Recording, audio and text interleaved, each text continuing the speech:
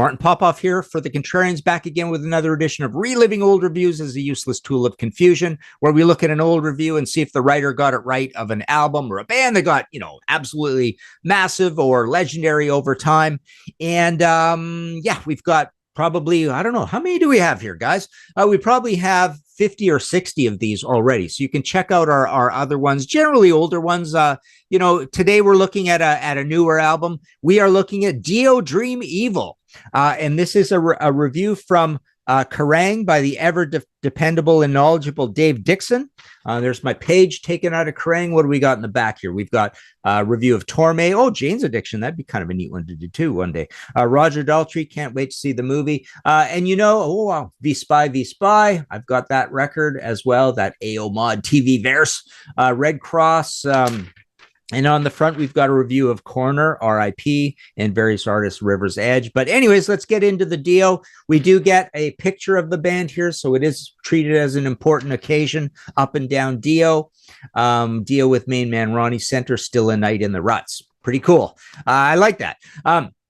Kerrang always had those good what do they call those things? Captions to the pictures. Okay, so we're going to read this review and review the review. I never fail to be astounded by the things we do for promises, declares Ronnie James Dio on side one's closing track, All the Fools Sailed Away. I'll tell you what never fails to astound me, that Dio the band should come up with such a vividly black and white album, split pretty much down the middle, one side naff, the other totally brill. You know me with this record. I almost consider this my favorite Dio album, and I have talked about it that way. I think it's absolutely neck and neck with The Last in Line and Holy Diver. For some reason, a lot of other people think it's a big downgrade, and it really did not sell very well. But let's hear his argument for this. I mean, like I say, I've always thought, I don't see any difference between this and, Sacred Heart, definitely I don't like as much, but I don't see much difference between this and the previous ones. Obviously, the big difference is we do have a new guitar player, right? Craig Goldie instead of Viv. In the great tapestry of life, what Ronnie James Dio is weaving is rather inconsequential. It can, however, assume the level of great escapism. Dio is a romantic. He writes about a world that exists only in his mind and, if he is successful, in the minds of his listeners. Very nice writing there, Dave.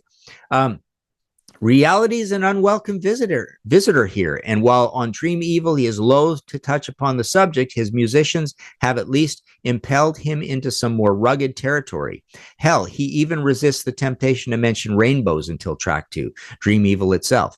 But where is this more rugged territory? Well, truth to tell, I'm buggered if I know. Mr. Dio takes the plunge into abject obscurity again on tracks like Sunset Superman. He could be talking about taking his wash to the laundrette for all I can decipher. Sunset Superman itself has to be the biggest load of pretentious bollocks Mr. Dio has yet signed his name to.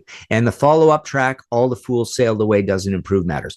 I think Sunset Superman is a classic Dio song. I just totally love it. I think it's totally heavy. It's exciting. It's interesting. All the Fools Sailed Away, I think, is really good as well. It's a little more despondent, down, I guess down in energy, down in emotion. It is the song, right? That is the only one printed in the lyric sleeve, like that classic idea of printing just one lyric, right? And I think it's the one in there. Okay. Then comes the real surprise, actually the second surprise. As opening track Night People appears to herald the arrival of a new Dio, taking the best of his days with Rainbow Circa, Long Live Rock and Roll, and coupling that to a brighter, fresher, cleaner production, giving the new incarnation of Dio a crisp, vital sound. But just when I'm beginning to think that the man took all my bitches about the lack of progression evident on his previous Sacred Heart album, see Kerrang issue 101, to his own Sacred Heart, and actually went and did something about them, he comes up with such twaddle as side one's remaining 3 numbers. So I'm not going to be agreeing with this as well. Okay.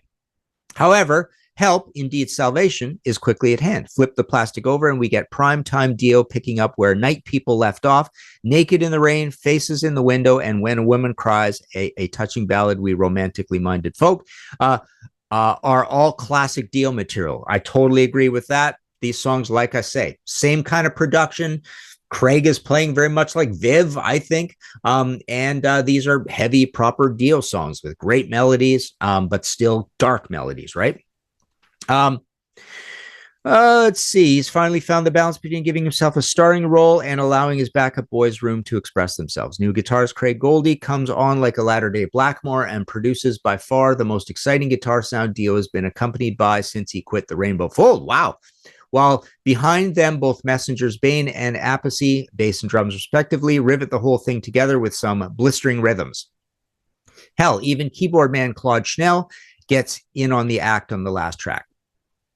So why can't we have a whole album of this kind of top-notch, high-grade metallic entertainment? Dunno, but I suspect it has a lot to do with the fact that Ronnie James Dio finds it impossible to rid himself of the overly romantic imagery that has bedeviled his lyricism for as long as anyone can remember. What he needs, perhaps, is less rainbows and more realism, or put another way, more later rainbow and less early rainbow. I wonder what he'd come up with if he had David Coverdale as a writing partner. That'd be kind of weird. Anyway, enough idle speculation. Suffice it to say that when Dio get it together on this album, they are displaying ample signs that they pulled themselves out of the rut they found themselves sinking into after the last LP. And having emerged from this self-dug grave, they look to be ready to conquer anew. If only Mr. Dio could shed the last of those shackles. So it's interesting. Dave seems to be taking more more offense at the lyrics more than anything. I think the lyrics are perfectly fine, and I think they have, they go to a variety of places. And musically, I think this is an incredibly cool, heavy album. I don't think he mentioned Overlove in there at all, but that's a super fast one on here. And yeah, Night People's amazing. The title track is really cool. It's a little building on previous title tracks, I suppose. In terms of maybe a little bit of repetition, but other than that, I think this album is just start to finish really absolutely prime Dio. And like I say, I mean, it could be the dark horse Dio album that is the best Dio album. But I've been trying to turn people onto it for years, kind of thing, saying, man, it is absolutely right up there with the first two. So there you go. That has been another Reliving Old Reviews is a useless tool of confusion. Coming down the pipes through Schiffer Publishing, I've got a big fat Dio book, full color throughout, hardcover, coming. Goes over the whole career, the whole catalog. So that's coming later this year. As I'm speaking here, is 2025. But there you go. Dio, Dream Evil. I think it's a great album. Let us know what you think in the comments below. Check out martinpopoff.com for 100 books in print or whatever that I can supply. And check out my audio podcast, History in 5 Songs with Martin Popoff. Go listen to some Dio.